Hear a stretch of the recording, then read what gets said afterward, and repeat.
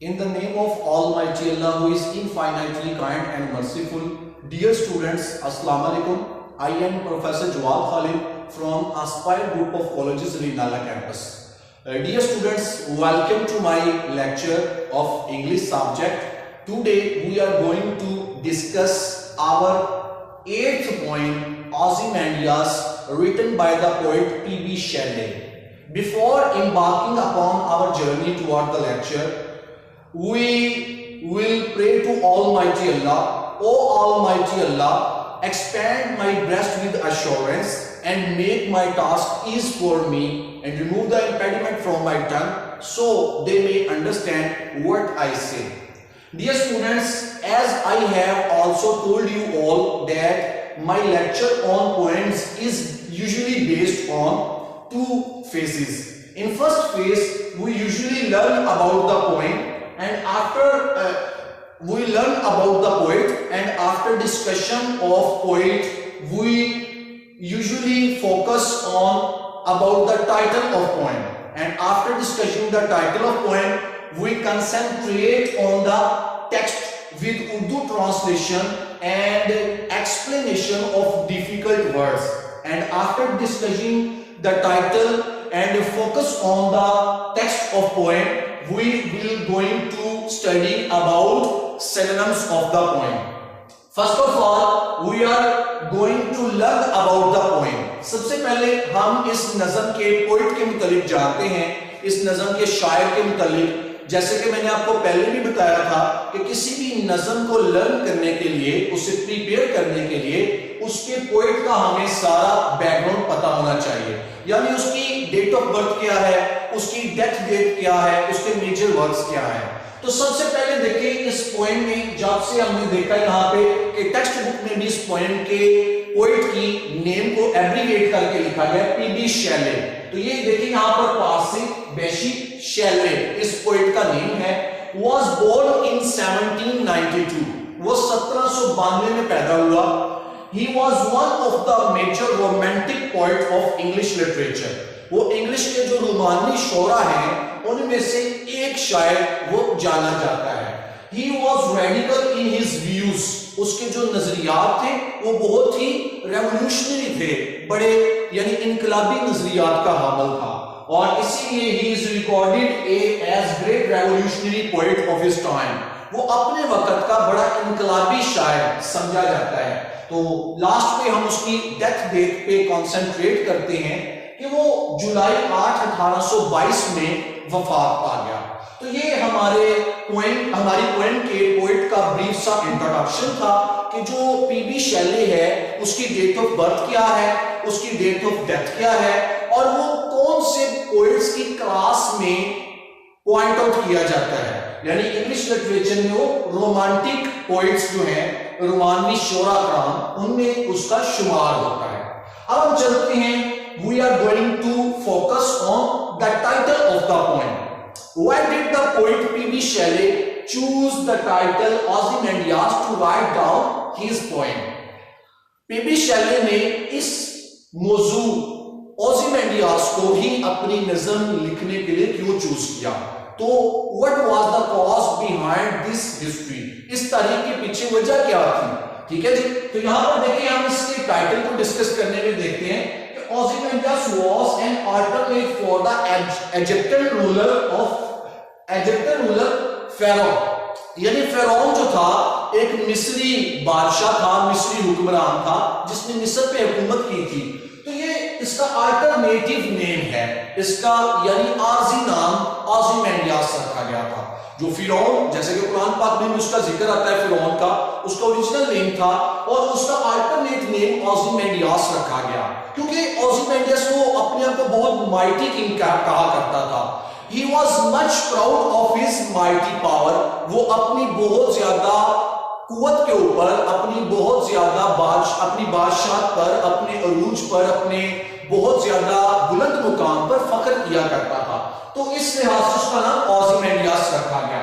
तो उसके बाद देखिए 1816 में the British Museum announced to have captured the statue of ओzymandias।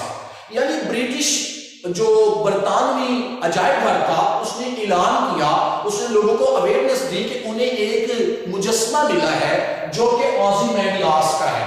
क्योंकि ये कहा जाता है कि जो ओzymandias था यानी फिरौन था, उसके मरने के काफी अरसा बाद मिस्र के सहराओं में एक चबूतरे के ऊपर एक मुजस्मा साज ने मुजस्मा तैयार किया, that was associated with the personality of फिरौन। जो फिरौन की जो पर्सनैलिटी थी, उसकी जो शख्सियत थी, उसके साथ उसे कंप्लीटली रिजेम्बलेंस दी गई, उसे वाबस्ता किया गया।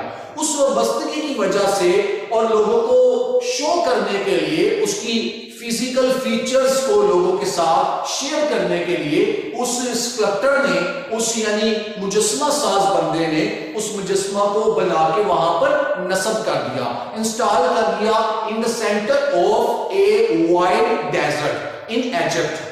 मिस्र के एक वसी सहरा के अंदर उसे नस्ब कर दिया। तो जब नस्ब कर दिया तो उसके साथ ही उसकी एक हिस्ट्री लिखी गई, एक ब्रीफ हिस्ट्री, एक उसकी मुख्तसरन तारीख लिखी गई, जिसमें बताया गया कि दिस स्टैचू इज ऑफ ओzymandias, कि ये जो मुजस्मा है ये बेसिकली ओzymandias का है। ओzymandias का है ये मुजस्मा, यानी किसका है? फिरौन का है। तो ये फिरौन के मुजस्मे को शो करने के लिए उसमें दिखाया गया कि ये उससे वाबस्ता है। तो अब क्या करें, जैसे अपने लाइफ टाइम में फिरौन ने बहुत ज्यादा लोगों को अपनी ताकत और अरूज की वजह से बहुत ज्यादा जुल्म और बर्बरियत का शिकार बनाया और लोगों के साथ बहुत सख्त बिहेव किया, उसी तरह ही उसकी जो वफात हुई तो उसके बाद जब उसका नस्ब किया गया, स्कल्प्टर यानी उसका मुजस्मा स्टैचू नस्ब किया गया, तो उसमें भी वो टूट फूट का शिकार हो गया, उसमें भी उसकी टांगें धड़ से अलग हो गई।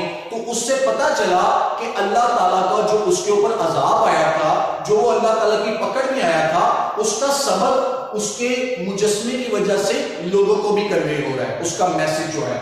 तो यहां हम देखें कि शैले जो था वो इंस्पायर हुआ था इस मुजस्मे को देखकर, इस स्टैचू को देखकर ब्रिटिश म्यूजियम के अंदर। तो फिर उसने क्या किया? कंपोज द पोएम, उसने इस नज़म को लिख दिया, यानी उसने चाहा।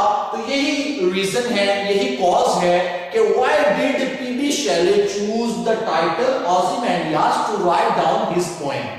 अपनी पोएम लिखने के लिए उसने टाइटल ओzymandias चूज क्यों किया है? उसके बिहाइंड यही हिस्ट्री है कि वो बहुत ज्यादा मुतासर हो गया था, बहुत पुरजोश हो गया था जब उसने बरतानवी म्यूजियम के अंदर इस मुजस्मे को देखा। तो अब चलते हैं हम इस नज़म के सेंट्रल आइडिया की तरफ, जो इस पोएम का मरकजी ख्याल है, जो इसकी हमारी पोएम की एक थीम कह रहे हैं, हम इसका मेन मौजू है, उसकी तरफ चलते हैं। तो देखिए, central idea of the poem is the mortality of humanism. ये इंसानियत की फानी होने वाली हालत को शो करती है नज़म, कि इंसान की जिंदगी बिल्कुल फानी है। मैन इज नॉट मॉर्टल, ठीक है, इमॉर्टल। इंसान लाफानी नहीं है, मैन इज मॉर्टल, इंसान फानी है। तो इस वजह से ये मॉर्टेलिटी को, इंसान के फानी होने को शो करती है।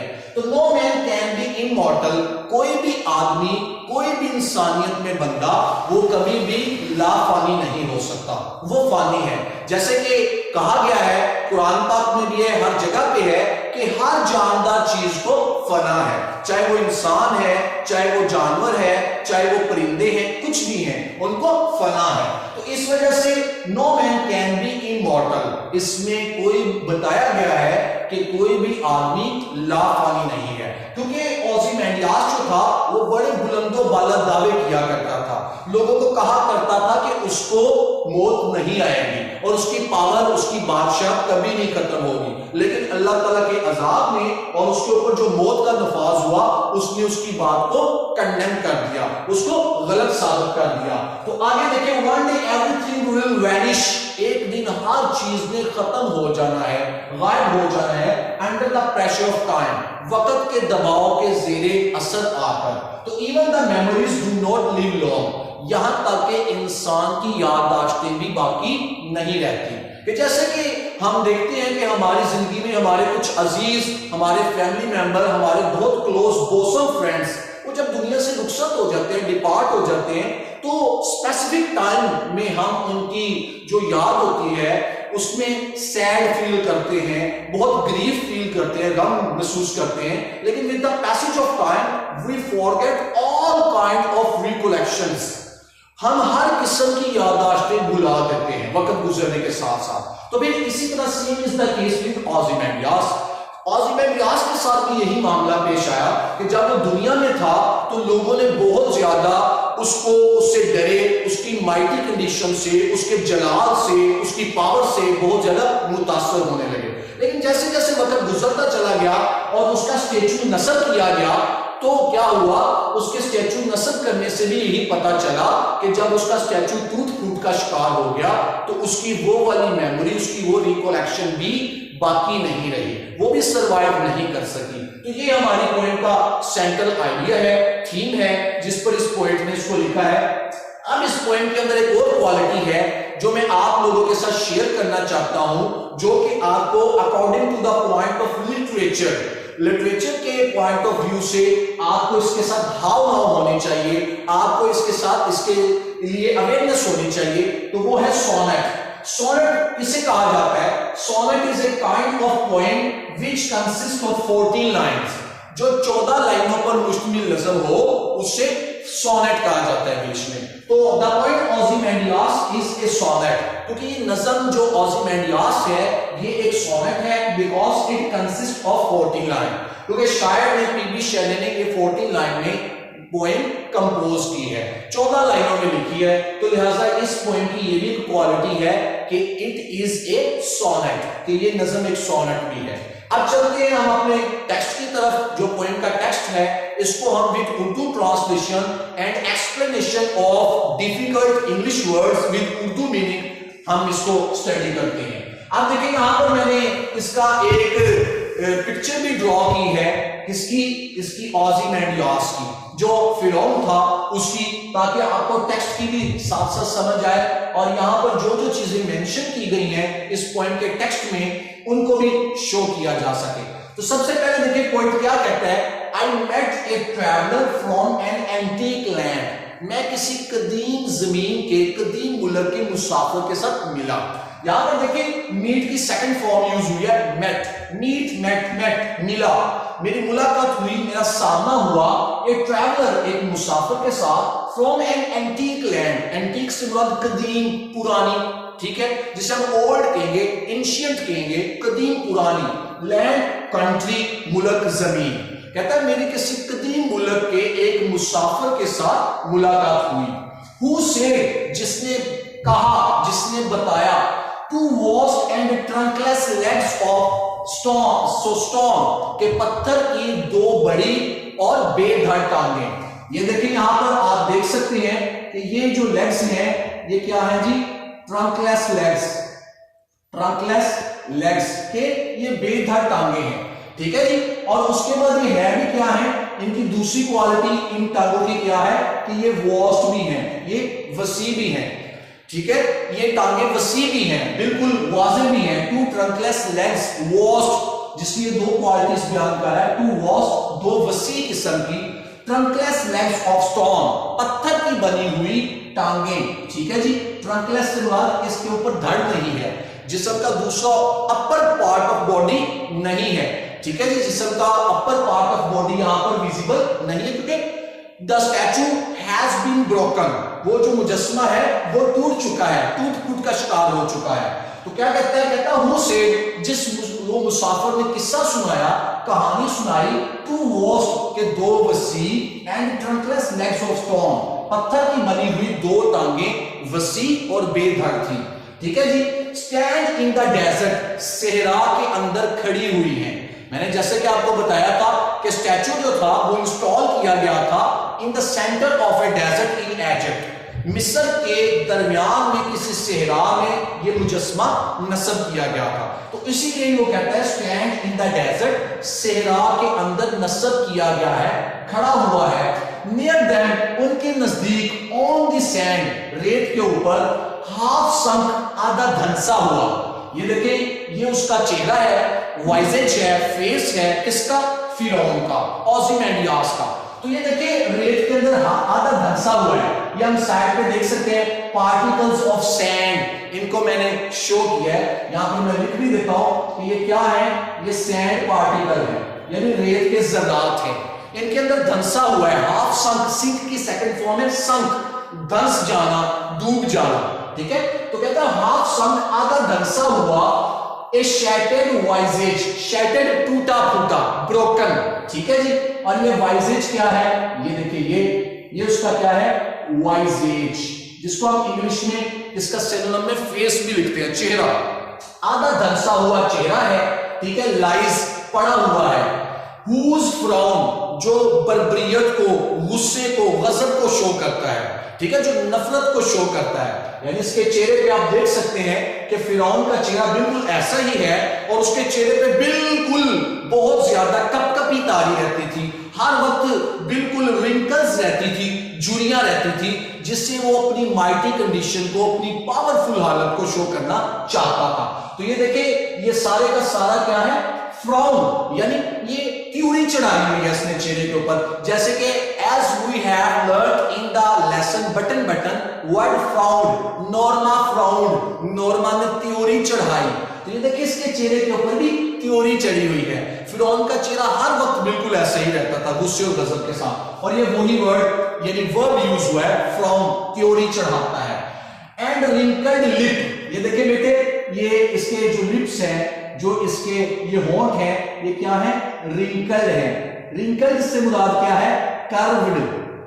यहां पर मैं इसका दूसरा मीनिंग भी लिख रहा हूं कि ये कर्व्ड हैं इसके, यानी झुर्रीदार हैं। इसके होंठों के ऊपर झुर्रियां, हल्के हल्के निशान पड़े हुए हैं, तो इसलिए ये रिंकल्ड लिप्स हैं इसके, ठीक है जी। ये इसके ओज़िमैंडियास के रिंकल्ड लिप्स, यानी इसके झुर्रीदार होंठ। तो कहते हैं एंड रिंकल्ड लिप, और उसका झुर्रीदार होंठ, and sneer of cold command, और मजाक कर रहे हैं उसकी बेहुक्म पावर के ऊपर। कोल्ड कमांड, कमांड कहते हैं हुक्म देना, ऑर्डर करना। कोल्ड से मुराद बेकैफ, बिल्कुल फजूल। स्नीर कहते हैं मजाक करना, लाफ करना, ठीक है जी, हैप्पीनेस फील करना। तो ये क्या होता है, कहता है कि जो उसका झुर्रीदार होंठ है, स्नीर ऑफ कोल्ड कमांड, ये एक किस्म का मजाक है उसके बेकुवत हुक्म के ऊपर। उसके बाद टेल, बता दो, दैट इट्स स्कल्प्टर, इसके मुजस्मा साज को, स्कल्प्टर किसे कहते हैं, तो मुजस्मा बनाने वाला। टेल इट्स स्कल्प्टर, इसके मुजस्मा साज को बता दो, वेल, अच्छा, दोज पैशंस रीड, जो जज्बात तुमने पढ़े हैं, जो जज्बात का आपको पता चला है वो बता दो। क्या, विच येट सर्वाइव, जो अभी भी जज्बात कुछ बाकी हैं। स्टैम्प्टेड ऑन दीज लाइफलेस थिंग्स, इन बेजिंदगी चीजों के ऊपर नक्श की गई है। स्टैम्प्टेड कहते हैं नक्श की गई है, बिल्कुल ऊपर लिखी गई है। क्या, द हैंड दैट मोक्ड देम, वो हाथ जो लोगों के ऊपर मजाक किया करता था, लोगों के ऊपर हंसा करता था, क्या होता था, and the heart that fed, और वो जो दिल था उसका, जिसको वो खुशी दिया करता था, राहत दिया करता था। फीड की सेकंड फॉर्म है फेड, यानी दिल को खुश किया करता था, बड़ा अपने दिल के लिए, अपने दिल को खुशी, राहत, सुकून दिया करता था लोगों के ऊपर मौक करके। कहता लोगों को बता दो कि अब इसके हाथ भी नहीं रहे हैं जिनसे लोगों के ऊपर मजाक किया करता था, लोगों को अपनी तनकीद का निशाना बनाया करता था। तो फिर क्या होता है, and on the pedestal, pedestal क्या है, ये देखिए पेडिस्टल, PEDESTAL, पेडिस्टल, यानी जिसको हम चबूतरा कहेंगे, स्टैंड। इस स्टैंड के ऊपर कुछ वर्ड्स लिखे हुए थे, यहां बिल्कुल दरमियान में, यहां दरमियान में, जहां पर मैंने 3-4 डॉट्स लगाए हैं, यहां पर क्या लिखा हुआ था, हिस्ट्री लिखी हुई थी, ब्रीफ हिस्ट्री, छोटी सी तारीख लिखी हुई थी ओज़िमैंडियास की। तो इस पेडिस्टल के ऊपर क्या लिखा हुआ था, and on the pedestal these words appear, इस चबूतरे के ऊपर ये अल्फाज जाहिर हुए। क्या अल्फाज जाहिर हुए, माय नेम इज ओज़िमैंडियास, मेरा नाम ओज़िमैंडियास है, किंग ऑफ किंग्स, बादशाहों का बादशाह हूं। लुक ऑन माई वर्क्स, मेरे कारनामों की तरफ देखो, मेरे काम की तरफ देखो। ये माइटी एंड डेस्पेयर, और मेरी ताकत को देखो, मेरे जलाल को देखो, एंड डेस्पेयर, और मायूस हो जाओ, डेस्पेयर, मायूस हो जाओ। ये माइटी, मेरे अरूज, मेरी ताकत को, मेरी कुव्वत को देखो। नथिंग बिसाइड रिमेन्स, कोई चीज बाकी नहीं रहती। राउंड द डिके, इस तबाही के अलावा, राउंड द, इसके इर्द गिर्द, डिके कहते हैं डिस्ट्रक्शन, रुइन, इस तबाही के अलावा और कोई चीज या कहीं नहीं बाकी रहती। ऑफ दैट क्लोजर, क्लोजर कहते हैं बहुत बड़ी, ह्यूज, एनॉर्मस, रैक, तबाही, इस तबाही, बहुत बड़ी तबाही के अलावा बाउंडलेस एंड बेयर, जो बिल्कुल बेकार, बेयर से मुराद है, जैसे हम कल भी पढ़ चुके थे, नैक, नंगा, बिल्कुल उरिया है, वाजे है, और बाउंडलेस से मुराद क्या है, बेहद है, लिमिटलेस है, उसकी कोई हद नहीं है।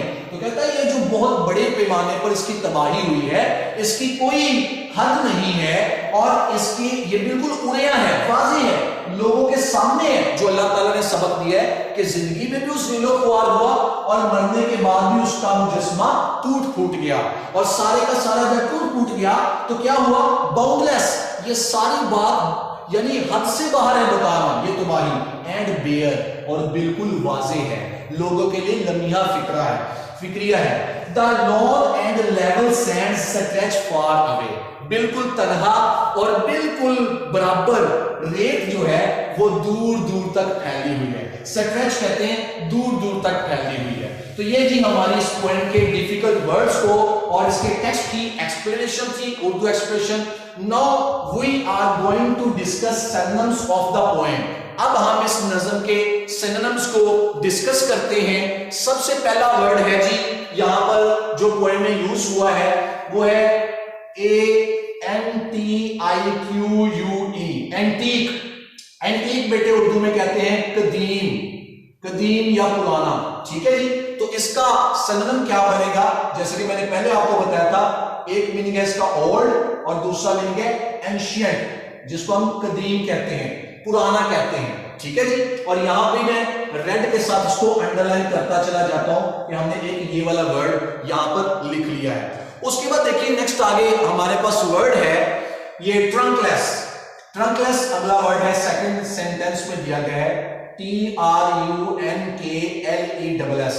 ट्रंकलेस कहते हैं जी बेधड़, ठीक है जी, बगैर धड़ के, कि उसके ऊपर कुछ भी नहीं है। इसका क्या होगा, विदाउट बॉडी, बगैर जिस्म के, ठीक है, बगैर धड़ के, ठीक है जी। उसके बाद नेक्स्ट आगे है वर्ड शैटर्ड। शैटर्ड अगली, इसको हम अंडरलाइन कर देते हैं ट्रंकलेस को, और एक हम वॉस्ट भी लिख लेते हैं। वॉस्ट कहते हैं वसी, खुली हुई, इसका भी लिख लेते हैं WVAST, वॉस्ट, ठीक है। ये हम कहेंगे वसी, क्योंकि दोनों के दरमियान में फासला भी है। तो इसका मीनिंग क्या बनेगा वॉस्ट का, इसका बनेगा वाइड, WIDE, वाइड, ठीक है जी। नेक्स्ट आगे अगला लाइन में वर्ड है, ये देखिए शैटर्ड, SHATTERED, शैटर्ड, टूटा हुआ, ठीक है जी। शैटर्ड टूटे हुए को कहते हैं। इसका है जी वर्ड, इसका मीनिंग बनेगा BROKEN, ब्रोकन, टूटा हुआ, ठीक है जी। नेक्स्ट आगे इसी से ही आगे वर्ड है वाइजेज। वाइजेज वर्ड है, इसको हम कहेंगे भाई चेहरा, VISAGE, वाइजेज, ये है जी चेहरा, ठीक है। ये चेहरे के लिए इसका मीनिंग क्या होगा, FACE, face, as I have already pointed out in the diagram। जैसे कि मैं डायग्राम में आपको पहले भी बता चुका हूं कि वाइजेज उस चेहरे का जिक्र हो रहा है वहां पर, जो उस फिरौन का, ओज़िमैंडियास का वहां पर हमें नजर आता है। नेक्स्ट आगे हमारे पास इसी लाइन में वर्ड है फ्रॉम, FROWN। जैसे कि मैंने बताया था वर्ब है त्योरी चढ़ाना, गुस्सा शो करना। तो इसका वर्ड है FROWN, फ्रॉम, इसका है त्योरी चढ़ाना, यानी गुस्सा शो करना। हर वक्त वो उसके चेहरे के ऊपर गुस्से के बल होते थे, त्योरी चढ़ाई होती थी। तो इसका है शोड एंगर, ठीक है जी, गुस्सा, बिल्कुल बहुत ज्यादा गुस्सा शो करना, ठीक है। और इसका दूसरा मीनिंग हम क्रिंकल भी लिख सकते हैं, CRINKLE, क्रिंकल, ये भी गुस्से और गजब को शो करने के लिए लिखा जाता है, ठीक है जी। नेक्स्ट आगे ये आ गया स्कल्पटर। स्कल्पटर उर्दू में कहते हैं जी मुजस्मा साज को। सॉरी, एक रिंकल्ड आ गया वर्ड, पहले मैं रिंकल्ड लिख दूं, WRINKLED, रिंकल्ड, झुर्रीदार। ठीक है जी, ये रिंकल्ड मैंने यहां पर वर्ड लिखा है, तो इसका हम मीनिंग क्या लिखेंगे? फोल्डेड, FOLDED, फोल्डेड, झुर्रीदार, होंठों के ऊपर झुर्री है। ठीक है जी। उसके बाद आगे हम कमांड को भी लिख लेते हैं, COMMAND, COMMAND, कमांड। कमांड से मुराद क्या है? हुक्म, जो वो दिया करता था। इसका मीनिंग क्या आएगा? ORDER, ऑर्डर, जो वो हुक्म देता था।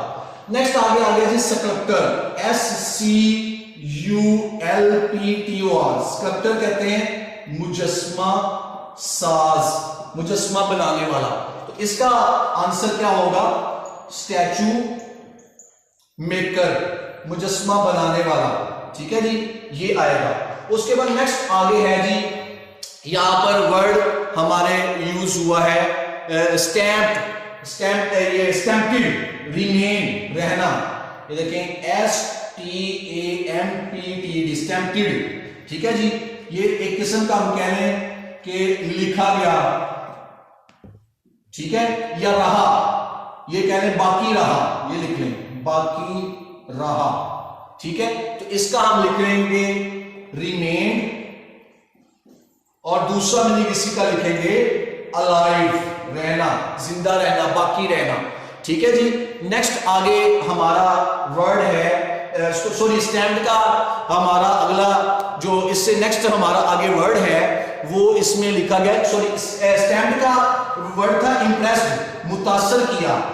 स्टैम्प्ड का मैं गलत हो चुका हूं, मुतासर, मुतासर किया यानी कायल किया। तो इसका है इम्प्रेस्ड, मुतासर किया। वो नेक्स्ट आगे उस वर्ड का था रिमेन अलाइव, ये सर्वाइव का, वो मैं गलती के साथ इसका सर्वाइव का स्टैम्प्ड का लिख दिया। आगे है जी सर्वाइव, जिंदा रहना। ठीक है जी, तो इसका सर्वाइव का है लाइफ, और दूसरा इसका है रिमेन, REMAIN, रिमेन। ठीक है जी। नेक्स्ट आगे वर्ड है मॉक्ड। ठीक है जी, मजाक किया। तो इसका हम लिखेंगे MOCKED, मॉक्ड, मजाक किया। इसका क्या आएगा? लाफ्ड, LAUGHED, लाफ्ड आएगा मॉक्ड का। ठीक है जी। नेक्स्ट आगे हमारे पास वर्ड है पेडिस्टल, चबूतरा, PEDESTAL, पेडिस्टल, यानी ये हमारा वर्ड, इसका मीनिंग है चबूतरा। ठीक है, इसका हम मीनिंग क्या लिखेंगे? STAND, स्टैंड, और दूसरा BASCE, बेस लिखेंगे। ठीक है जी। नेक्स्ट आगे हम इससे नेक्स्ट आगे वर्ड लिखेंगे माइटी। माइटी कहते हैं जलाल, कुव्वत, मकाम। ठीक है जी। इसका क्या आएगा? MIGHTY, mighty. माइटी से मुराद है ताकत, अरूज। ठीक है जी। इसका हम क्या लिखेंगे? पावर, पावरफुल लिख लें, पावरफुल, कुव्वत वाला। ठीक है जी। नेक्स्ट आगे हमारा है डेस्पेयर, मायूसी। ठीक है, इसका हम लिखेंगे लूज होप, DSP आएगा, डेस्पेयर, मायूसी। इसका आएगा लॉस होप, उम्मीद खो देना। ठीक है जी, उम्मीद तोड़ देना। नेक्स्ट आगे है जी, दो ही वर्ड है हमारे पास, एक है क्लोजल, COLSAL, क्लोजल। क्लोजल कहते हैं बड़ा, बहुत बड़ी तबाही का जिक्र कर रहा है। तो क्लोजल के लिए एक वर्ड यूज हुआ है ह्यूज, और दूसरा मीनिंग एनॉर्मस, ये यूज हो रहा है। उसके बाद नेक्स्ट आगे है जी रैक, अगला ही वर्ड है। रैक कहते हैं तबाही को, WRECK, रैक, तबाही। ठीक है जी। इसका है डिस्ट्रक्शन, तबाह हो जाना, किसी भी चीज का बर्बाद हो जाना, डिस्ट्रक्शन आ जाएगा। ठीक है। और उसके बाद नेक्स्ट आगे है लॉन, बिल्कुल तन्हा को कहते हैं लॉन। ये आखिरी वर्ड है हमारे पास, ये देखें LONE, लॉन। इसका है सोलिटरी, तन्हा। ठीक है, ये हमारा वर्ड है लॉन। और इसका मीनिंग है आगे सोलिटरी, SOLITARY, सोलिटरी, तन्हा। तो ये हमारे इस लेसन के यही जो डिके है, ये डिके का भी सेम मीनिंग है डिस्ट्रक्शन, तबाही। डिके भी रॉइन को, तबाह होने को, बर्बाद होने को ही कहते हैं। ठीक है जी। और बाउंडलेस लिमिटलेस है, यानी ये जो बाउंडलेस वर्ड है बगैर हद के, बेहद है, लिमिटलेस है। तो ये हमारे जी आज सिनोनिम्स थे इस पॉइंट के। इनको शॉर्टलिस्ट करने के लिए हम यहाँ पर पॉइंट आउट कर देते हैं, जो आमतौर पर ये ब्लैक के साथ मैं इसको पॉइंट आउट कर देता हूँ, जो हमारे एनुअल एग्जामिनेशन में आमतौर पर पूछे जाते हैं। जैसे कि एंटीक इसका इंपॉर्टेंट वर्ड है, इसी तरह ट्रंकलेस, इसी तरह शैटर्ड, फिर वाइजेज, फिर उसके बाद रिंकल, उसके बाद नेक्स्ट आगे है स्टैम्प, उसके बाद पेडिस्टल, और नेक्स्ट आगे हम क्लोजर। ये जी हमने शॉर्ट लिस्ट करने के लिए कुछ इंपॉर्टेंट हमने अपने जो सिनोनिम्स हैं उनको पॉइंट आउट किया है। तो आज के लेक्चर में हमने पोएम के पोएट के मुतालिक लर्न किया, उसके बाद अपनी पोएम के टाइटल को कॉम्प्रिहेंसिवली डिस्कस किया, and after discussion of title we have learned the central idea of the poem, and after central idea of poem we have studied about the text of poem with complete Urdu translation, और complete Urdu translation के साथ text पढ़ने के बाद हमने synonyms को discuss किया है। तो in the second phase of our lecture based on poem 8 Ozymandias, we will learn about question answer and we will discuss reference to the context of this poem. In the last of my lecture, it is assured you all that this humble endeavor will prove very beneficial for you all for the betterment of our future. Wish you all the best. Allah Hafiz.